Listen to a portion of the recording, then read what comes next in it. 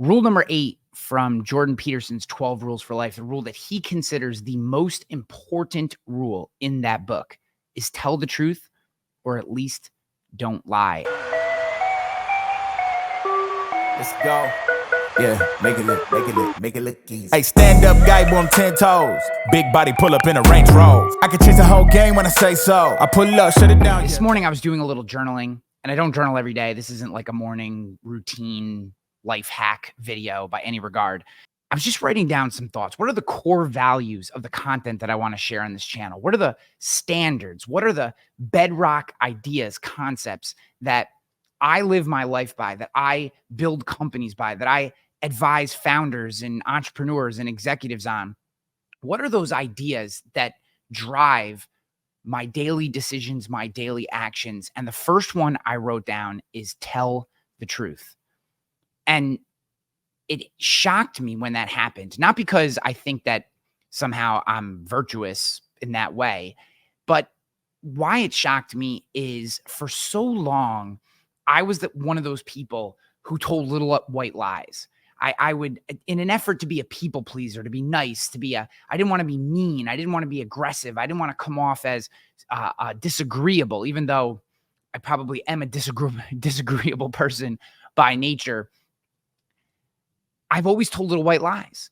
And it wasn't until I came across Jordan's book in 2017 and really made a lot of life changes, got my health and fitness, got my mental health in order, got so much of the discipline that I live by today was generated through a whole bunch of different readings, not just Jordan Peterson's 12 Rules for Life, although I do think that's one of the most impactful books I've ever read and highly recommend it if you have not. Telling the truth is something we don't do. We want to believe that we tell the truth. We want to believe that we don't lie about big things, but think in your own life. You probably told a little white lie today. You probably had a situation in which you could have given someone the raw, honest truth. You could have been direct and straightforward. It doesn't mean mean, but you could have been direct and straightforward with someone, your spouse, your children, a colleague at work, one of your team members. You could have been direct and honest, and you weren't. And these little white lies add up. Not only do I believe that they eat at our soul, that's a little ethereal, but what they do is they create a false sense of reality. And I want to give you 2 examples from my own life that this became a major problem. So how this looks is I had an early employee. She was an incredibly high performer, driven, type A, just an absolute monster. She just got things done. And in the early days of our company, when there was only a few team members, her nature to be kind of overbearing and controlling, it actually was an asset because she would take over situations and she would make sure that projects were accomplished. She would make sure that people were held accountable, that they lived up to what they said they were going to do. And she did it in a way that created massive progress and massive results. But as our company started to grow, she tended to overstep her bounds. She tended to move into areas that were not her primary concern and acted as if she was the number one. Now, not to me. She was deferential to me, but to everyone else in the company, regardless of their status, situation, what vertical of our business they were either working in or in control of, she maintained that overbearing, aggressive, controlling nature. And at first, I saw it as just youthful exuberance, that she was excited, that she wanted to see the company grow. She was incredibly committed to us. She was loyal, and she wanted to be part of our success.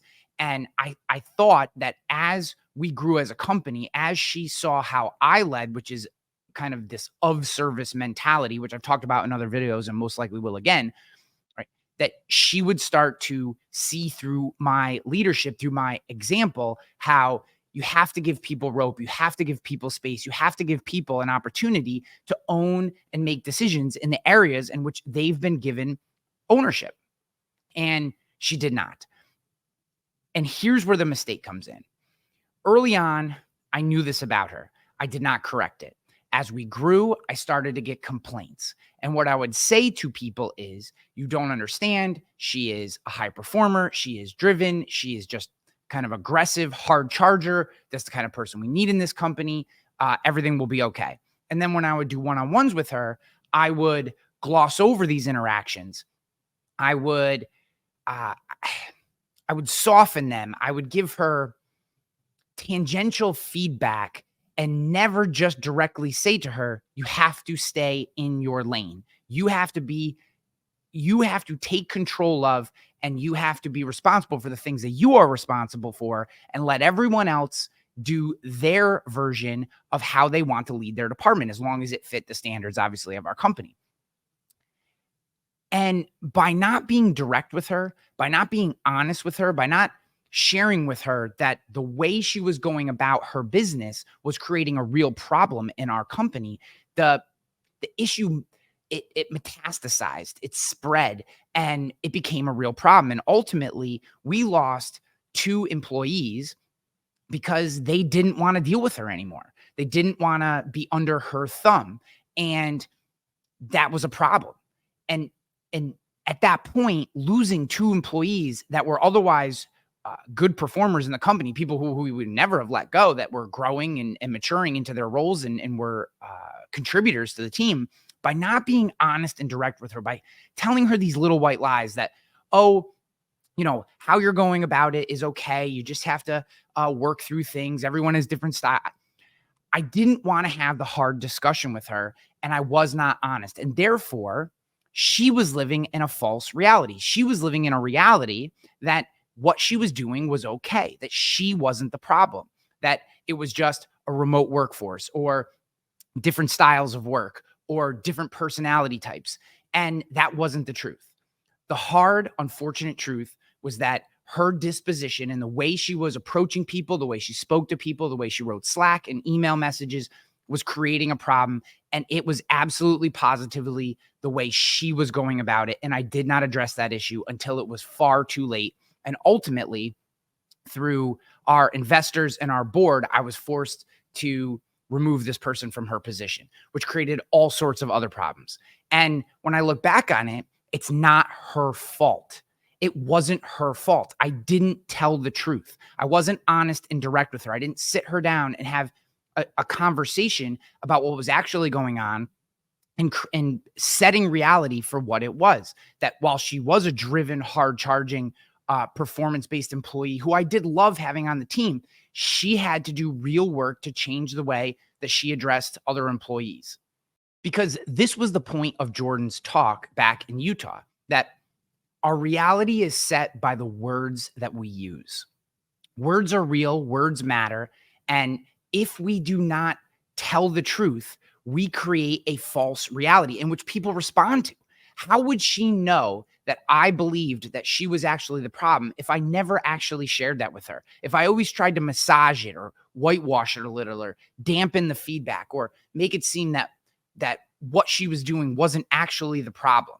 How could she live in reality? She couldn't actually react. I never gave her the chance to react to the situation and make real adjustments because I wasn't honest with her.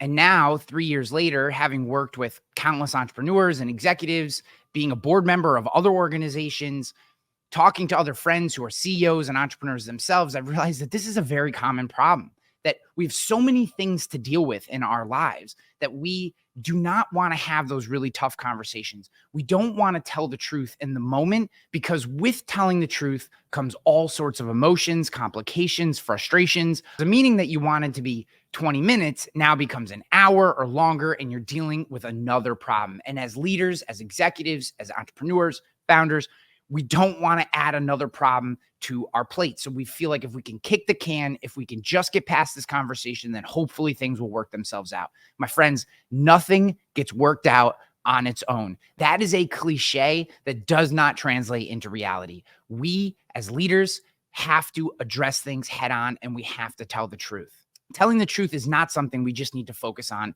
in our business lives. We must focus on it as well in our personal relationships. And this can become incredibly difficult because we want to have good relationships with our children. We want to have good relationships with our spouse, with our partner. We want to have good relationships with our friends, with the people that we see at sporting events or community events or religious events. We don't want to have strife, and no one wants to be seen as someone who is openly disagreeable. But unfortunately, disagreeable people oftentimes live in the purest sense of reality. Here's the good news. You can start telling the truth at any moment. This is not something that is going to break down a relationship. You can sit down with your spouse and say, I'd like to talk to you about something. This thing that you do, you come in the house and you don't acknowledge me. That makes me feel bad. Could you please, when you come in the house from work, just address me, say hello, ask me how my day went, or just let's have a quick interaction with each other. It makes me feel like you don't care about me when you walk in the house and just walk right past me as if I don't even exist. Or in a business context, when someone does something or says something or is confrontational in a way that is negative, address it head on and tell them the truth. This does not mean that we have carte blanche to go ape on them and just yell or chastise them in public. These types of conversations are best had in private, if possible, where you pull someone aside, whether it's remote or in person, and say, the interaction that you just had was a negative. And the reason for that is because, and insert the reason. Now that person gets to respond to reality. They can respond negatively. They can make excuses. They can blame you. They can blame the other person, and that's fine. And then you can address those things. Or they can take in the advice and they can change and work on it and adapt just like you are and not telling white lies anymore and working through the truth and living in reality. Because someone who works for your company who is creating problems that you do not address, that you whitewash, that you make excuses for, that you do not tell the truth to, they are not living in reality. They oftentimes will tell you on exit interviews that they didn't even know the things they were doing was a problem, which is the case with the woman who we ultimately had to let go. In her exit interview, her primary frustration was that she didn't know the things that people had a problem with that she was doing. That's my fault as the leader for not being open and honest with her. I have corrected that. I now try to be a net positive, disagreeable individual. I will question assumptions. I will ask people to dive deeper into opinions. I will tell someone upfront if they're doing something that is a net negative to an organization. So here's the rub. Our words create reality. If we're not telling the truth, then that is the reality that everyone in our space is living in. So if you feel frustrated, if you feel like people don't understand you, if you feel like people don't listen to you, if you feel like people consistently do things is not what you want or not what you like, or that people are doing things and they're not understanding who you are, where you come from, or what you want, the case is much more often that that person doesn't understand what you want because you're not telling them the truth than it is they don't care about you, or that they don't want to do things that make you happy or that help your company. So here's your task out of this video. Start catching yourself telling little white lies. When you find yourself about to whitewash something or just move around the truth or give someone a false sense of reality by not being direct with them, catch yourself, take a deep breath, and find a way to deliver that message in a truthful manner so that they can actually respond to what you want. This is how we become great partners, great parents, great friends, great community members, and great leaders. And this, my friends, is the way. And if I haven't convinced you and are not a Jordan Peterson fan, a few other references. Socrates, as captured by Plato, many of his arguments around telling the truth focused on both personal and societal improvement. And ultimately, the Socratic method was developed, or at least was used, to ultimately dig down to the truth of a particular topic. The constantly asking why was to get to the ultimate truth of a topic. If you're looking for someone a little more contemporary, Brené Brown, who is an author and researcher, incredible. If you haven't read her books, I highly recommend them. She attributes telling the truth to authenticity, and authenticity being a primary aspect of personal and professional growth and development. And if you want to go slightly to the political side, Alexander Solzhenitsyn, who wrote the Gulag Archipelago, which is a very intense and powerful book about the gulags of Russia post-World War II, he said that the only way to fight authoritarianism and totalitarianism was to tell the truth. Evil cannot survive in the light of the truth. If you enjoy this content, if you love this channel, please hit the subscribe button. Leave comments. I want to know how you deal with telling the truth. How do you catch yourself? How do you make sure that you are telling the truth as often as you possibly can? If you're listening to the audio version of this and you want to leave a comment, come over to the YouTube channel. Otherwise, my friends, I love you for watching this show, creating this content for you, sharing these ideas for you. It brings me great joy. I hope you love it as much as I do. Until next time, my friends, I'm out of here. Peace. Let's go. Yeah, make it look easy. Hey, stand up guy on 10 toes. Big body pull up in a Range Rover. I can change the whole game when I say so. I pull up, shut it down, yeah, they know. Running this game ain't a thing for me. I never switched up, no change in me. The only thing changing this season.